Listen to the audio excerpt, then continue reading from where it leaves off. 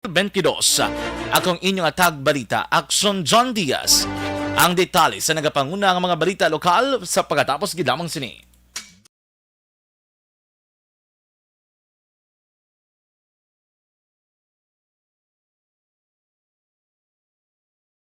Alamin kung paano sumali sa Isulat ang iyong pangalan, address, contact number at signature sa isang papel. Ilagay sa white legal-sized envelope kasama ang proof of purchase. At sa labas ng envelope, isulat ang promo title, produktong ginamit at ang MBC station. Pwedeng ipadala o ihulog sa drop boxes sa MBC stations nationwide. DZRH Love Radio. Yes, the best. Easy Rock, Aksyon Radyo, and Radyo Natin. May weekly draws na, may grand draw pa. Hatid ng unique toothpaste, Pride Detergent, Star Wax Floor Wax, Shield Bath Soap, Smart Dishwashing, White Rose Papaya with Vitamin B3 at Charm Fabcon. Pwede kang maging milyonaryo sa ACS Milyones. Submission of entries is from February 28 to May 27, 2022. Grand draw is on June 18, 2022. Promo period is from February 28 to June 18, 2022. See posters for details. For DOH, FDA, CCH, UHSRR permit number 0087 series of... Mangin mainalamon sa pagpili ng kandidato. Mangin mabinantayon kag maidid sa mga ibutang sa pwesto. Umpisahi ang pagbago paagi sa wais sa pagpili karon nga eleksyon. Yari ang pila ka mga tips para sa wais may nalamon kag insakto nga pagpili sang pagabutohon. Una, maghimo sang listahan sa mga kandidato kag maghimo sang listahan sang posible iboto. Ini ang pwede mo ibase sa ila plataporma kag mga panindugan sa kada isyu. Ikaduha, kibalua ang mga isyu o kung tupiko nga importante sa imo bilang isa ka botante. Magdesisyon kung ang para sa imo nga tupiko nga dapat hatagan sang pagtamod, isyu kaangay sang government transparency, human rights, unemployment, korupsyon, kapigaduhon, mataas nga crime rate, rural area development, mga environmental issues kaangay sang polusyon, COVID-19 kag iban pa. Ikatatlo, kilalaha ang mga kandidato. Agud nga mas makilala ang mga kandidato, i-konsiderar ang pila ka mga puntos kaangay sang paglantaw sang debate kag public discussion sang mga kandidato kag hibalua ang leadership background o kon eksperyensya sa pagpamuno kag performance sa isa ka kandidato. Ikaapat, kag ang labi nga importante sa tanan, magboto. Mauyang lamang ang tanan mga ginhimo nga preparasyon kung hindi ka magboto sa maabot nga eleksyon. Dumduma mga kaaksyon, ang pagboto ang isa ka kinamatarong. Hindi pag-uyanga kaysa kada boto mo, dako sini ang dala nga pagbago. Itama ang boto, iboto ang tama. Para sa action tips, ini naman sa Aksyon Dorel Cabato. Sa din ka manyabahin sang Pinas, labuton ka sa amon balita kag serbisyo. Sama-sama tayo, Pilipino. Una sa balita, una sa aksyon, sa Bacolod, Aksyon Radio. The Candidates Forum. The Candidates Forum. Hibaluon ang mga plataporma di gobyerno. Usisaon ang nahimuan kag inagihan sa mga politiko. Patpaton ang mga proyekto nga ila ginaplano. The Candidates Forum, programa sang Aksyon Radyo Bacolod kag Northwest In nga magahatag kay gayunan sa publiko nga mas makilalaan sang husto ang mga kandidato sa 2022 national and local elections. The Candidates Forum. The Candidates Forum. Hosted by Aksyon Boy Duran with guest panelists Aksyon Fred Salanga, Aksyon Rex Cantong, Aksyon Art Tayhupon, Aksyon Brian Morden, Aksyon Eric Magbanwa, kag Aksyon Marlon Genovea. Diri lang sa Aksyon Radyo Bacolod. The Candidates Forum.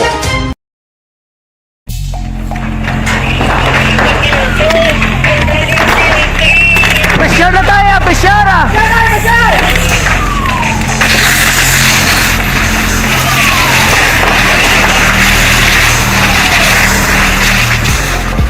Every day is Fire Prevention Day. Gani importante nga maihibalo kita kung paano malikawan ang sunog. Yari ang pila ka mga action tips angot sa fire prevention. Sa tion nga maghalin sa balay, siguraduhon nga naka-unplug ang tanan nga saksakan. Likawan ang octopus connection o kung ang pagsaksak sang madamo nga gamit sa isa ka outlet.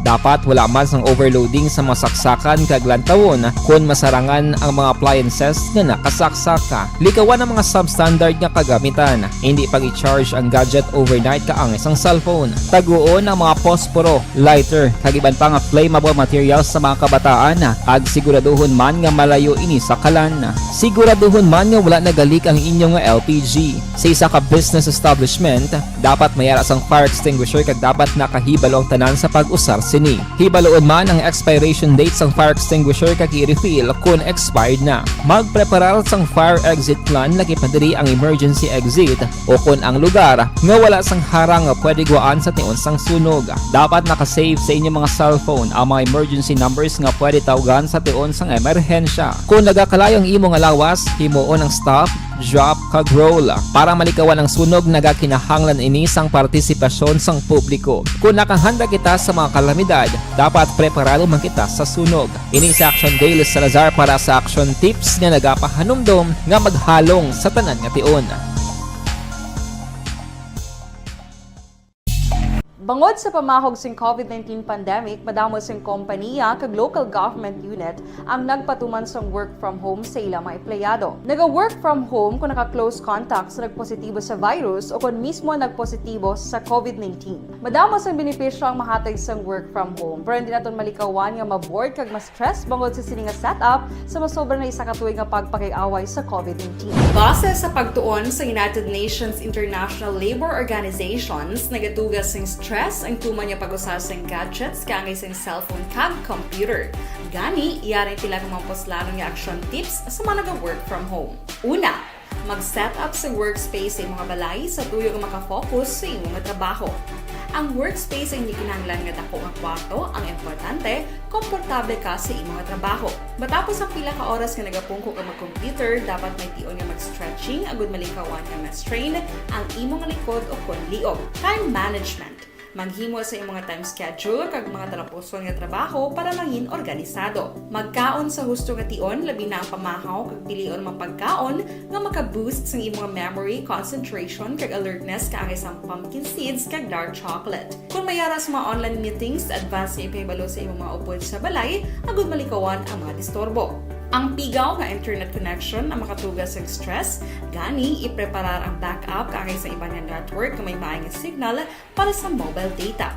Take a few breaks. Ini sa tuyo nga hindi ma-drain ang imong brain, maghampang sa imong pet o kung magpumatit sa music. Sa tion nga may concern kag problema, ipabalo sa imong team leader o kung sa boss para masolusyonan.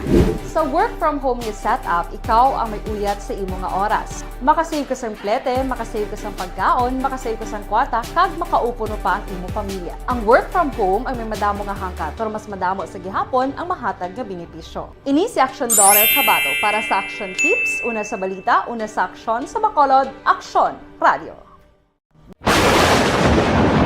Ang elementary nga evacuation center na concern din baha man. Uy, kasi pinagamat-amat pumansaka ang tubig. Actually, po Medyo mataas na ang tubig. So, ulat natin nga pasuwat nga nag-traffic to or nag-transit dito sa sulod. Ang continuous range ang nag-isang factor sa pag...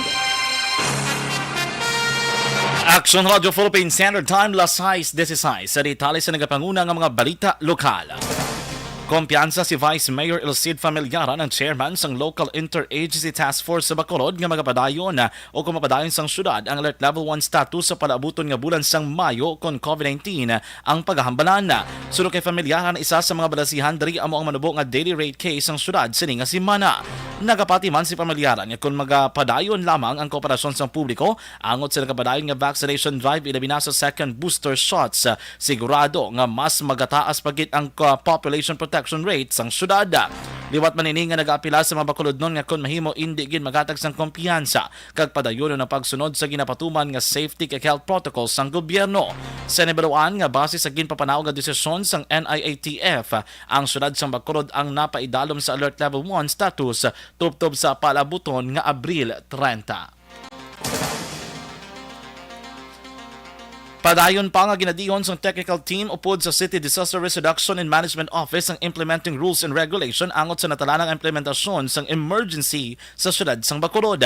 Sunod kay Executive Assistant kag CDRRMO Cluster Head Jomari Vargas, nakaangkon lamang sang delay sa ginapatigang nga proseso bangod sa nakilapit nga eleksyon sa palaabuton nga Mayo 9. Dugang pa ni Vargas ini nga emergency lane ang nagatuyo nga makadihon sang nagakaigo nga route plan hindi lamang para sa mga ambulansya kundi kalakip na mga fire truck sa tion sang sunog.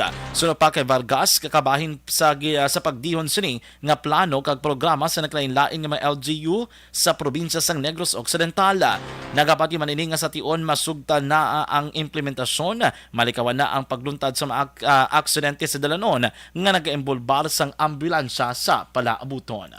Sobra pas mong ang team sang lahat ang implementing rules and regulations. Okay. Kasi maupod na yung province mo. So, ginhold mo na table na yung tungkol sa eleksyon. Tapos eleksyon siguro, kaya mo na pag-implement ng rules. Nabatian si Executive Assistant Mr. Jomari Vargas. Sa iban pa nga balita lokal, ginapanawagan sa Provincial Health Office sa publiko nga maghalong sa iban nga mga pamalatian subong nga nagrubo na ang kaso sa COVID-19 sa Negros Occidental.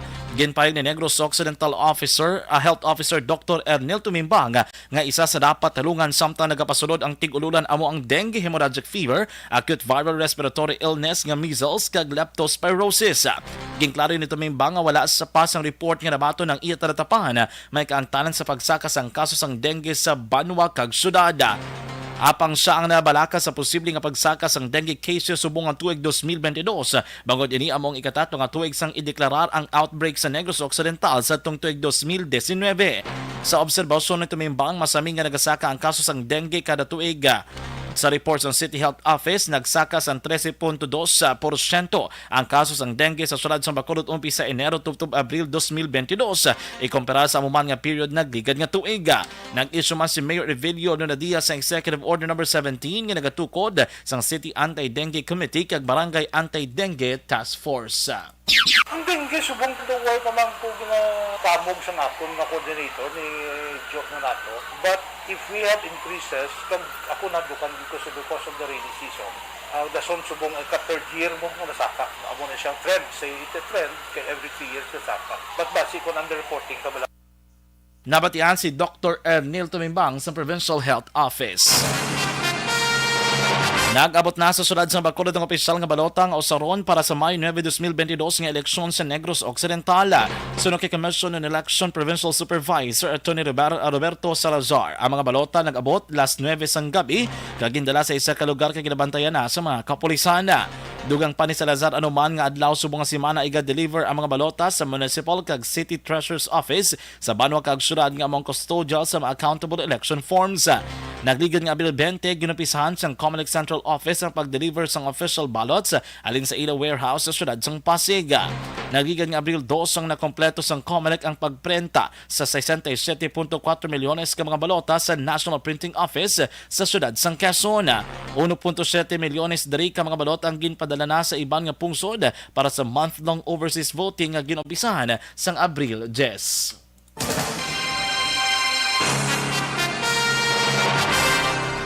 Sa iban pa nga mga balita lokal, formal na nga ginanigurahan karon nga adlaw ang bagong BFP o Bureau of Fire Protection San Enrique Municipal Fire Station.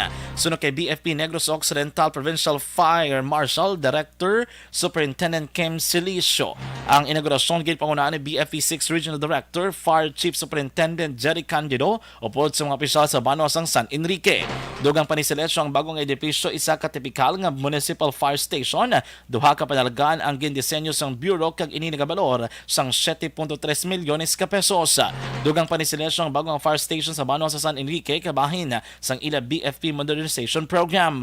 Madomdoman nga gininagurahan man sadto ni Chief Superintendent Candido ang bagong fire station sa syudad sang Talisay, Silay, Bacolod, Pontevedra kag Hinigarana. Samtang nagabadayon naman ang construction para sa BFP Calatrava, Candoni kag Sipalay. Ginkumpirma ni BFP Negros Occidental spokesperson na Fire Officer 1 Sheena May Valero nga 45 ka mga fire officers gid lamang sa probinsyang Tigayong nakaboto kahapon para sa local absentee voting sa national elections. Sunod kay Valero, ang absentee voting ginapatigayon sa opisina ni BFP Provincial Fire Director Superintendent Kim Celesio. Ginpaigma ni Valero nga kabayan ini sang preparasyon sang ila ahensya para sa mga bombero antes ang ila formal nga assignment sa Mayo 9, 2022 nga piniliay. Sa mga police report, nagdangat sa 665 ka mga kapulisan sa Negros Occidental kag Bacolod City ang nakabotaro sa unang adlaw sang absentee voting kahapon sa Negros Occidental Police Provincial Office sa Nokpo sa Camp Alfredo Montelibano Sr., Barangay Estefania, Syudad sang Bacolod. Sunod kay Nokpo spokesperson o spokesperson, Police Lieutenant Abigail Donasco, ini ang nagikan sa Nokpo Bacolod City Police Office, Mobile Force Companies kag Regional Mobile Force Battalion 6.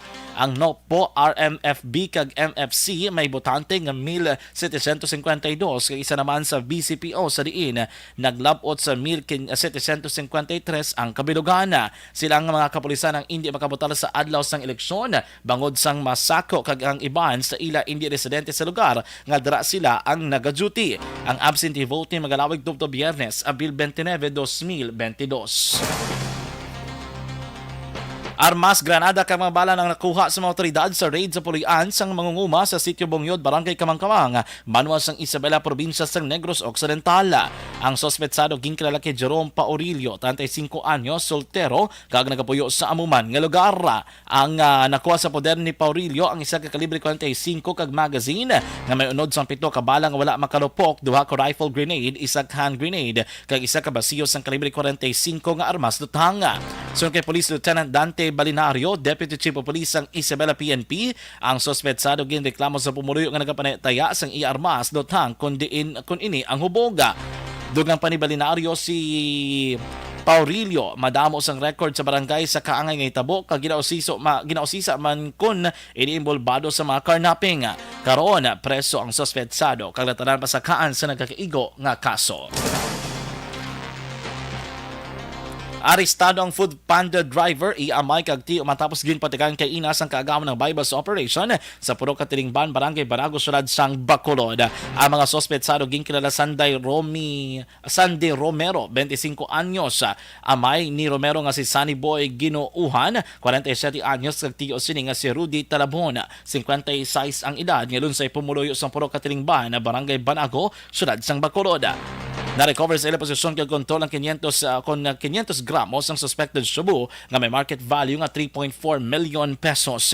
Sunod kay Bacolod City Police Office City Drugs Enforcement Unit Head Police Lieutenant Jovin Mogato, malapit isa ka bulan ang ila surveillance ginhimo anti sa dakpa na magamay kag tiyo sini. Sunod kay Mogato, gingamit ni Romero ang pagka-driver sa isa ka food services agod nga magbaligya sang droga. Sa pinakauli nga balita lokal, ginabanta 4,000 ka mga mamumugon ang magatipon sa Bacolod City Public Plaza sa mabot nga Domingo, Mayo 1, kadungan sa komemorasyon sang Labor Day. Sunod kay KMU, kung kilusang Mayo 1 Secretary General Nori Rosales, mag-isa mga mamumugon sa idalom sang nakusip PM National Federation of Sugar Workers, pamalakaya upod sa iban pa nga miyembro sang progresibo nga grupo, simbahan kay iban pa para sa isa kadako nga rally protesta batok sa administrasyon ni Presidente Duterte. Dugang pa ni Rosales panawagan sang inahanay nga wala katapusan nga issue sang end of contractualisasyon o kung pag-untat na sang contractualisasyon dugang nga sweldo, trabaho para sa mga naapektuhan sa pandemya kag ang nagapadayon nga pagsak sa presyo sang gatong matapos abatagan ang inflation effect sa mga basic needs kag kinahanglanon sang pamilya sang mga mamugon kag mga pumuluyo. Palpak ang tugon ni Presidente Duterte sa mga panginanglanon sa mamamagon, especially sa Mayo 1, kay sa Mayo 1 maniyagi promesa nga ang tanan niya mamamagon sa Bugos, Pilipinas maregular. Nabatian si Mr. Noli Rosales ang kilusang Mayo 1. Aksyon Radio Philippine Standard Time, las 6:27. Sa mga balita nasyonal, Presidente Duterte ginako ang kapaslawan sa promisa sang kampanya nga tapnaon ang iligal nga droga. Komelik na ginyo ang ideklarar nga special non-working holiday ang Mayo 9 sining nga tuig bangod sang eleksyon. Ang detalye sa nagapanguna nga mga balita nasyonal kagiban pa sa pagbalik sang Aksyon Balita Evening Edition.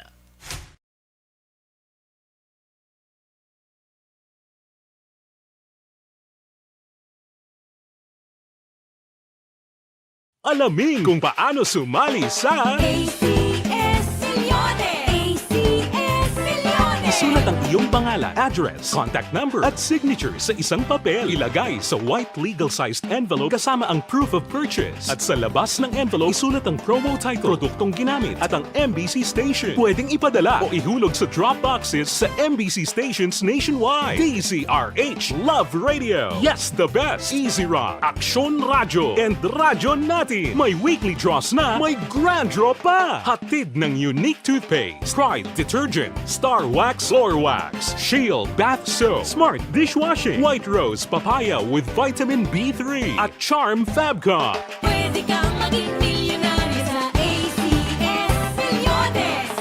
Submission of entries is from February 28 to May 27, 2022. Grand draw is on June 18, 2022. Promo period is from February 28 to June 18, 2022. See posters for details. For DOH, FDA, CCH, UHSRR permit number 0087, series of... Mangin mainalamon sa pagpili ng kandidato. Mangin mabinantayon kag mainid sa mga ibutang sa pwesto. Umpisahi ang pagbago paagi sa wais sa pagpili karon nga eleksyon. Yari ang pila ka mga tips para sa wais may nalamon kag insakto nga pagpili sang pagabutohon. Una, maghimo sang listahan sa mga kandidato kag maghimo sang listahan sang posible iboto. Ini ang pwede mo ibase sa ila plataporma kag mga panindugan sa kada issue. Ikaduha, kibalua ang mga issue o kung tupiko nga importante sa imo bilang isa ka botante. Magdesisyon kung ang para sa imo nga tupiko nga dapat hatagan sang pagtamod, issue kaangay sang government transparency, human rights, unemployment, korupsyon, kapigaduhon, mataas nga crime rate, rural area development, mga environmental issues kaangay sang polusyon, COVID-19 kag iban pa. Ikatatlo, kilalaha ang mga kandidato. Agud nga mas makilala ang mga kandidato, i-konsiderar ang pila ka mga puntos kaangay sang paglantaw sang debate kag public discussion sa mga kandidato kag hibalua ang leadership background o kung eksperyensya sa pagpamuno kag performance sa isa ka kandidato. Ikaapat kag ang labi nga importante sa tanan, magboto. Mauyang lamang ang tanan mga ginhimo nga preparasyon kung hindi ka magboto sa maabot nga eleksyon. Dumduma mga kaaksyon, ang pagboto ang isa ka kinamatarong, hindi pag-uyanga kaysa kada boto mo, dako sini ang dala nga pagbago. Itama ang boto, iboto ang tama. Para sa action tips, ini naman sa Aksyon Dorel Cabato. Sa din ka manyabahin sang Pinas, labuton ka sa amon balita kag serbisyo. Sama-sama tayo, Pilipino. Una sa balita, una sa aksyon, sa Bacolod, Aksyon Radio.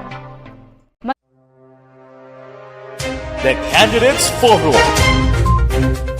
The Candidates Forum, hibaloon ang mga plataporma di gobyerno. Usisaon ang nahimuan kag inagihan sa mga politiko. Patpaton ang mga proyekto nga ila ginaplano. The Candidates Forum, programa sang Aksyon Radyo Bacolod kag Northwest In nga magahatag kay gayunan sa publiko nga mas makilalaan sang husto ang mga kandidato sa 2022 national and local elections. The Candidates Forum. The Candidates Forum. Hosted by Aksyon Boy Duran with guest panelist Aksyon Fred Salanga, Aksyon Rex Cantong, Aksyon Art Tayhupon, Aksyon Brian Morden, Aksyon Eric Magbanwa, kag Aksyon Marlon Genovea. Diri lang sa Aksyon Radyo Bacolod. The Candidates Forum.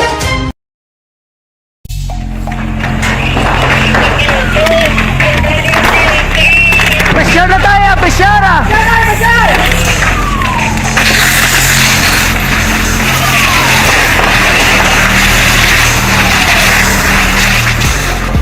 Every day is Fire Prevention Day. Gani importante nga maihibalo kita kung paano malikawan ang sunog. Yari ang pila ka mga action tips angot sa fire prevention. Sa tiun nga maghalin sa balay, siguraduhon nga naka-unplug ang tanan nga saksakan. Likawan ang octopus connection o kung ang pagsaksak sang madamo nga gamit sa isa ka outlet.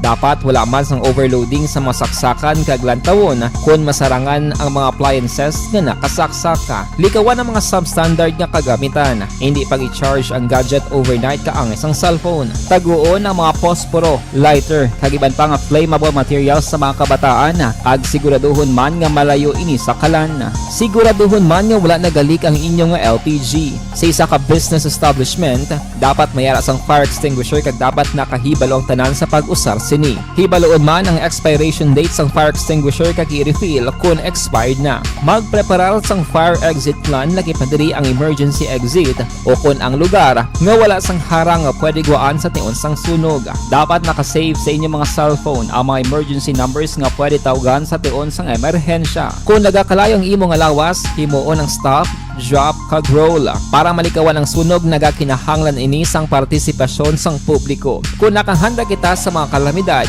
dapat preparado man kita sa sunog. Ini sa Aksyon Daily Salazar para sa Aksyon Tips nga nagapahanumdom nga maghalong sa tanan nga tiun. Bangod sa pamahog sing COVID-19 pandemic, madamo sing kompanya kag local government unit ang nagpatuman sang work from home sa ilang mga empleyado. Naga-work from home kung naka-close contact sa nagpositibo sa virus o kung mismo nagpositibo sa COVID-19. Madamo sang benepisyo ang mahatag sang work from home, pero hindi naton malikawan nga ma-bored kag ma-stress bangod sa sini nga setup sa masobra na isa ka tuig nga pagpakiaway sa COVID-19. Base sa pagtuon sa United Nations International Labor Organizations, nagatugas sing stress ang tuman niya pag-usar sa gadgets kangay sa cellphone kag computer. Gani, iyaring tila ng mga poslano nga action tips sa mga nag-work from home. Una, mag-set up sa workspace sa mga balay sa tuyo nga makafocus sa inyong trabaho. Ang workspace ay hindi kinahanglan nga dako ang kwarto, ang importante, komportable ka sa imong trabaho. Matapos ang pila ka oras nga nagapungko ka mag-computer, dapat may tion nga mag-stretching agud malikawan nga ma-strain ang imong likod o kon liog. Time management. Maghimo sa imong time schedule kag mga talapuson nga trabaho para mangin organisado. Magkaon sa husto nga tion, labi na ang pamahaw kag pilion mang pagkaon nga maka-boost sa imong memory, concentration kag alertness kaangay sang pumpkin seeds kag dark chocolate. Kung mayaras mga online meetings, advance nga ipahibalo sa imong mga upod sa balay, agud malikawan ang mga disturbo. Ang pigaw nga internet connection ang makatugas sa stress, gani ipreparar ang backup kaangay sa ibang network nga may maayong signal para sa mobile data. Take a few breaks. Ini sa tuyo nga hindi ma-drain ang imong brain, maghampang sa imong pet o kung magpumatit sa music. Sa tion nga may concern kag problema, ipabalo sa imong team leader o kung sa boss para masolusyonan. Sa work from home nga setup, ikaw ang may uyat sa imong nga oras. Makasave ka sa plete, makasave ka sa pagkaon, makasave ka sa kwarta, kag makaupo no pa ang imong pamilya. Ang work from home ay may madamo nga hangkat, pero mas madamo sa gihapon ang mahatag nga benepisyo. Ini si Aksyon Daughter Kabato para sa Aksyon Tips, una sa balita, una sa aksyon, sa Bacolod, Aksyon Radio.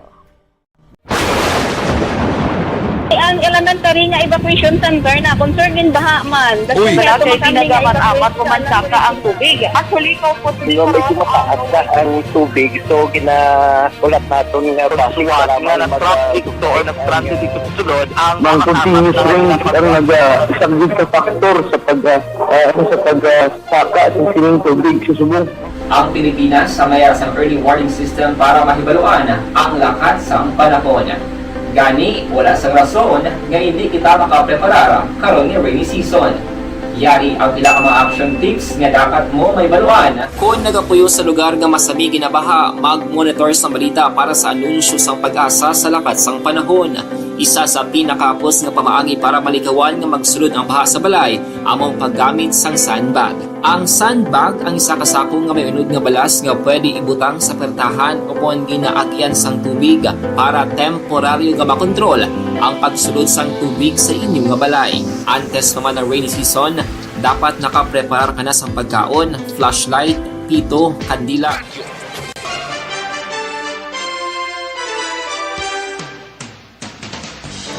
Aksyon Radio Philippine Standard Time, the size ng taysay sa detalye sa nagapanguna ng mga balita nasyonal. Ginako ni Presidente Rodrigo Duterte nga sala siya sang ginapalayag sini nga tapuso niya ang problema sa droga sa sulod sang 3-6 kabulan sang pagpungko sini bilang presidente. Sunod kay Duterte sa nagpungko na siya bilang presidente kagupod ang iya Chief of Police Senador Ronald De La Rosa, nakita sa records nga 6 ka mga generals ang PNP ang may kaangtanan sa droga rason nga naibaloan sini nga imposible ang iya ginpangako.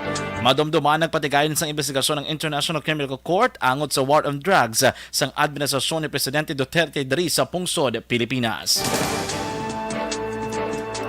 Sa iban pa nga balita nasyonal, ginahingyo sang Commission on Elections sa Concomelec and Bank si Presidente Rodrigo Duterte nga ideklarara ang May 9 bilang special non-working holiday sa bilog ng Pilipinas, may kaangtanan sa patigayunon nga 2022 national and local elections.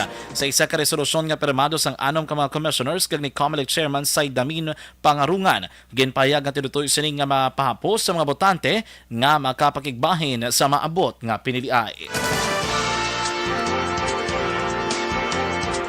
Makaboto sa gihapon sa adlaw sang eleksyon sa May 9 ang mga COVID-19 patients apang sila ang ipahamtang sa mga isolation polling places o kun IPP.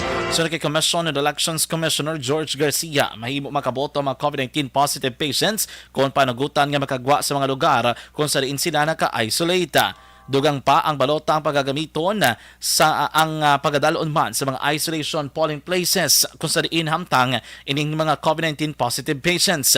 Pagklaro ni Garcia, wala sa guidelines ng Comelec nga hindi dapat makaboto mga COVID-19 positive patients apang may kinahanglan nga tumanon nga pagsulundan bangod sang pandemya. Samtang mga individual nga nagabatsyag sang simptomas ng COVID-19 ang dapat magsuksok sang face mask kag face shields.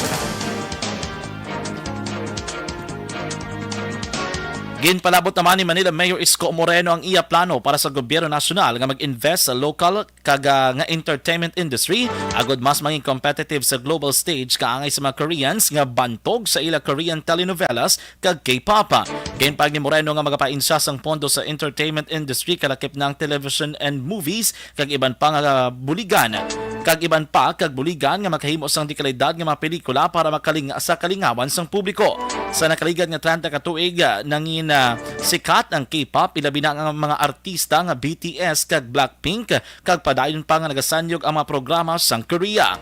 Nagapabili naman nga in demand sa mga streaming services ang Korean movies. Pagpayag pa ni Moreno, hindi lamang ang popularidad sa mga artista ang nagasanyog apang nagaupod man ang pagsanyog sang ekonomiya sang pungsod South Korea. Suno sa Aksyon, Democratic Presidential Aspirant, tuyag nila nga kopyahon ang Korean model kag ma-showcase ang Philippine creativity kag ang talento sa bilog nga kalibutan. Ini man ang iyang pamaagi agud nga maghatag sang bulig sa industriya. Naghatag siya sang kayganan nga makilala kag makapasanyog ang iyang pagpangabuhi nga humalin sa kapidagadhon sang siya ang bata pa.